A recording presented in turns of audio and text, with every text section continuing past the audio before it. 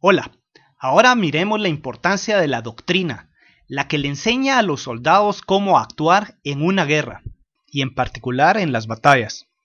Entonces, para poner en contexto la importancia de la teoría impartida por la doctrina contra la práctica que son las batallas, veamos lo que sucedió en la Guerra Civil estadounidense con la infantería y el duelo de mosquetería. La Guerra Civil estadounidense fue una de las últimas guerras del siglo XIX. Lo interesante es que para ese momento en su historia los estadounidenses habían copiado la doctrina militar francesa, doctrina que fue enormemente efectiva durante las guerras napoleónicas de principios del siglo XIX, y en sus manuales los franceses enseñaban que las batallas se peleaban en dos niveles que hoy conocemos como el nivel operacional y el nivel táctico. En el nivel operacional se refiere al movimiento de los grandes componentes del ejército, las divisiones, las brigadas y los regimientos. Y los manuales indicaban que, para triunfar, era fundamental maniobrar con esos elementos. Algunas veces esas maniobras serían muy complejas, otras veces serían más sencillas. Pero en todos los casos las maniobras estaban diseñadas para hallar o para crear un punto débil en el despliegue enemigo. Y con las maniobras se concentraba ante el punto débil de la organización enemiga la mayor cantidad de recursos. Y ya en el momento propicio, y con una superioridad aplastante ante el punto débil del adversario, el ejército atacante tenía que lanzarse al ataque hasta desbaratar al adversario. Luego estaba el nivel táctico, que se refiere a la forma que pelean las unidades tácticas, y estas son los batallones, las compañías y las secciones. Con sus manuales, los infantes franceses de principios del siglo XIX aprendieron que la forma más rápida para llegar de un punto a otro de una forma organizada era marchar en columnas. Y los franceses tenían dos columnas, las de marcha y las de batalla. Pero en este video no hablaremos sobre las columnas de batalla, porque estas no fueron usadas en la Guerra Civil estadounidense. Sin embargo, con sus columnas de marcha, los infantes franceses se detenían a una distancia prudente del enemigo, y a esa distancia su infantería pasaba a las formaciones de batalla. Formaciones diseñadas para desatar sobre el adversario el fuego de mosquetería. Y para su infantería, los franceses tenían dos formaciones. Una era la formación dispersa y la otra era la formación densa. En la formación dispersa, los infantes estaban separados unos de los otros por una distancia sustancial, y por esa razón solo producían un fuego liviano. Sin embargo, ese tipo de ataque era usado para distraer y desorganizar al adversario. Precisamente, el combate principal se realizaba con las formaciones densas o de orden cerrado, con 2 o 3 líneas de hombres uno tras la otra, y con cada soldado uno a la par del otro. Estas eran las líneas de batalla, que presentaban una sólida masa de infantes que colocaban en el mismo punto y al mismo tiempo una enorme cantidad de balas. Con múltiples descargas los soldados esperaban ganar el duelo de mosquetería, y ya con sus enemigos titubeando y enormemente debilitados por las balas, entonces se efectuaría el asalto final con la bayoneta. Entonces es con esos principios aprendidos de los franceses que se entrenó a los soldados estadounidenses. Y ahora pongamos en contexto al ejército profesional de los Estados Unidos de finales del siglo XIX.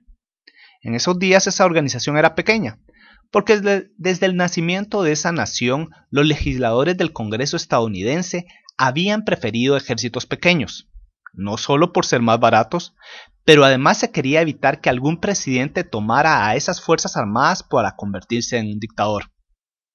Así, a solo pocos meses antes del estallido de la Guerra Civil, el diminuto ejército federal solo contaba con 16,000 soldados. Pero esa nación tenía una enorme población, y un mes antes del estallido del conflicto, el Congreso Confederado llamó a las armas a 100,000 hombres. Y solo 2 meses después ya tenía a 400,000 en armas. ¿Y los federales? Ellos primero llamaron a las armas a 75,000 voluntarios, y solo un año más tarde ya tenían a 700,000 en pie de guerra. Pronto millones estuvieron peleando, pero esa enorme masa de tropas trajo consigo un grave dilema. Previo al conflicto, el diminuto ejército profesional estadounidense solo contaba con 3,000 oficiales de todos los rangos, y Definitivamente, esos 3.000 oficiales profesionales, quienes se dividieron entre las dos facciones con una mayor proporción uniéndose a la causa rebelde, no serían suficientes para comandar a los enormes ejércitos. En particular, se requería de enormes cantidades de oficiales para comandar a la gran cantidad de nuevos regimientos, batallones y compañías. Por esa razón también comenzó a reclutarse rápidamente a una gran cantidad de hombres para convertirlos en los oficiales de las nuevas unidades tácticas. Y tan pronto como los nuevos soldados eran equipados y asignados a sus unidades, comenzó un enorme trabajo de entrenamiento. Pero pese al entrenamiento, a la tropa le faltaba la prueba final, la experiencia en combate. Y es por esa falta de experiencia que los comandantes más antiguos y de mayor jerarquía de ambos bandos tuvieron una marcada desconfianza en la nueva tropa, tanto de los soldados como de los nuevos oficiales. A nivel operacional, esa desconfianza causó que los comandantes de los grandes ejércitos usualmente se abstuvieran de efectuar muchas maniobras, y solo después de una escasa cantidad de maniobras reunían en un campo de batalla a una enorme cantidad de tropas, y a partir de ese momento atacarían obstinadamente ese punto hasta triunfar o ser derrotados. Incluso continuarían atacando aun cuando el enemigo se hallara en una posición defensiva fuerte.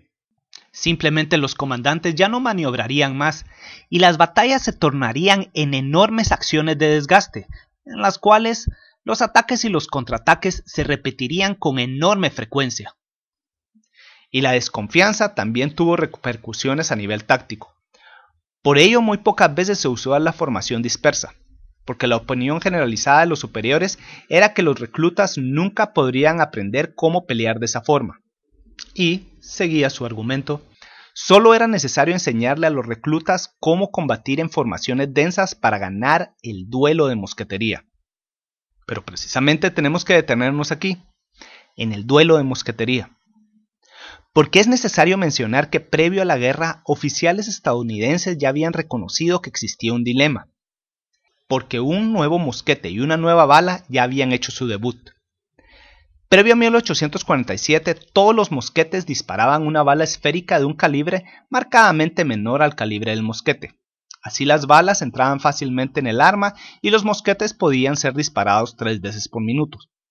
Pero en cada disparo, la bala esférica rebotaba a lo largo del barril, reduciendo enormemente su alcance. Sin embargo, todo eso cambió en 1847, cuando fue presentada la bala Minié. Esta bala de forma conoidal también era fácilmente introducida en el arma, pero al ser disparada su base hueca se expandía para ajustarse a las paredes del mosquete, y con el estriado interno de los nuevos mosquetes la bala comenzaba a girar sobre su eje transversal, y con ello se lograba un enorme alcance. En ejercicios de tiro, el soldado promedio que disparaba un mosquete de ánima lisa con balas esféricas lograba un fuego efectivo hasta 55 metros. Mientras que ese mismo soldado promedio, con el nuevo mosquete estriado y la bala conoidal, alcanzaba con efectividad objetivos hasta 300 metros. Y ese mayor alcance era el problema a resolver. Algunos oficiales sugirieron revisar la doctrina táctica de su ejército, pero el debate terminó abruptamente con el estallido de la guerra. Entonces, las primeras batallas fueron peleadas, y la experiencia se fue acumulando. Y la experiencia forzó cambios. Bueno, hasta donde lo permitían los límites de la doctrina ya establecida. Uno de los cambios fue para la distancia a la que comenzaba el duelo de mosquetería. En la época de Napoleón, la distancia para iniciar el duelo había sido 40 metros. Así se hizo en las primeras batallas de la guerra civil. Pero con el tiempo los comandantes ordenaron iniciar el duelo a una mayor distancia. Y eventualmente el promedio del duelo llegó a ser de 120 metros.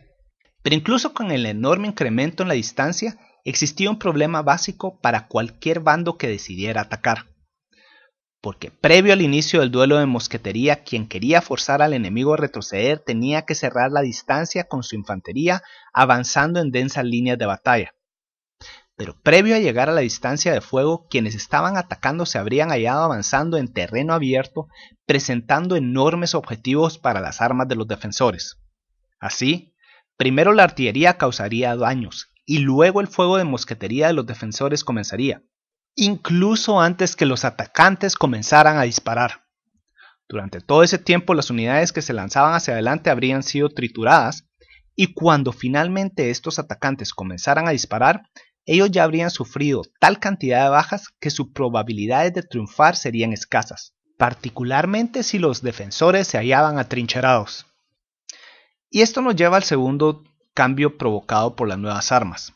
Conforme la guerra continuó, la postura defensiva táctica pasó a ser extremadamente fuerte, y ya para finales del conflicto los ejércitos que estaban a la defensiva construían enormes fortificaciones, ya muy similares a las trincheras de la Primera Guerra Mundial.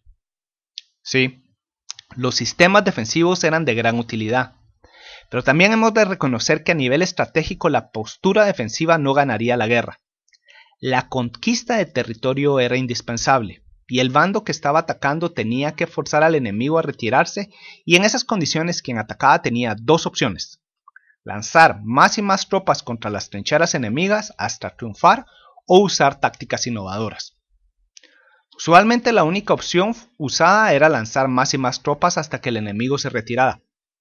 Pero en esa guerra sí existen algunos ejemplos de tácticas innovadoras, y uno se dio en la batalla de Spotsylvania, en 1864. En esa ocasión, un ejército rebelde había logrado establecer una sólida posición defensiva, pero el comandante federal tenía suficientes tropas, y el 10 de mayo decidió lanzar un ataque masivo. En el centro tendría el mayor esfuerzo, pero ese ataque sería apoyado por otros 3 que se realizarían al mismo tiempo. El ataque principal y los 2 secundarios se efectuarían con las mismas tácticas de siempre.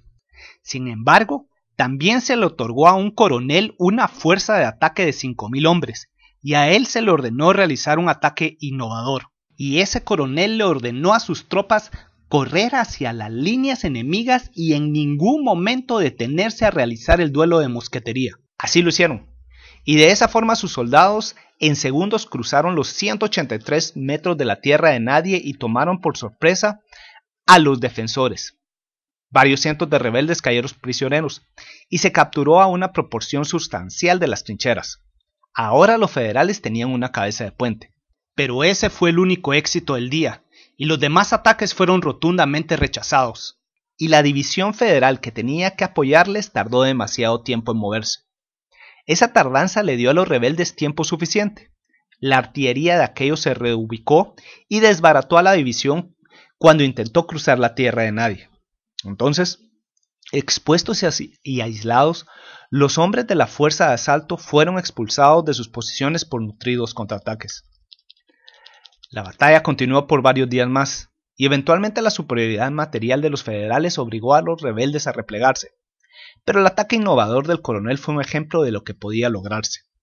Sin embargo, ejemplos como este fueron escasos, y hasta el final de la guerra la doctrina enseñada en los manuales, y seguida por todos los oficiales, era la de lanzar formaciones densas contra el enemigo para triunfar en un duelo de mosquetería, y si un ataque fallaba, la única opción era lanzar más y más tropas hacia la lucha contra el punto elegido, hasta triunfar o perder. Como consecuencia de esa forma de pelear, quien perdía la batalla sufría un 30% de bajas, y quien la ganaba sufría un 20%. Ganar o perder, ambos bandos sufrían pérdidas enormes de soldados. Bueno, hemos llegado al final de este video. Desde el principio hasta el final de la guerra civil, los adversarios continuaron usando la misma doctrina de preguerra. Aunque esa doctrina tenía la suficiente latitud para efectuar pequeñas modificaciones, como iniciar el duelo de mosquetería a una distancia mayor o usar cada vez más fortificaciones de campo. Pero la simple realidad es que ningún bando desarrolló una nueva forma de combatir para adecuarse a las nuevas armas. Y en ese contexto estoy plenamente seguro que cambios sustanciales se habrían logrado de haber escuchado a la tropa, porque la tropa era la que se enfrentaba a la nueva situación.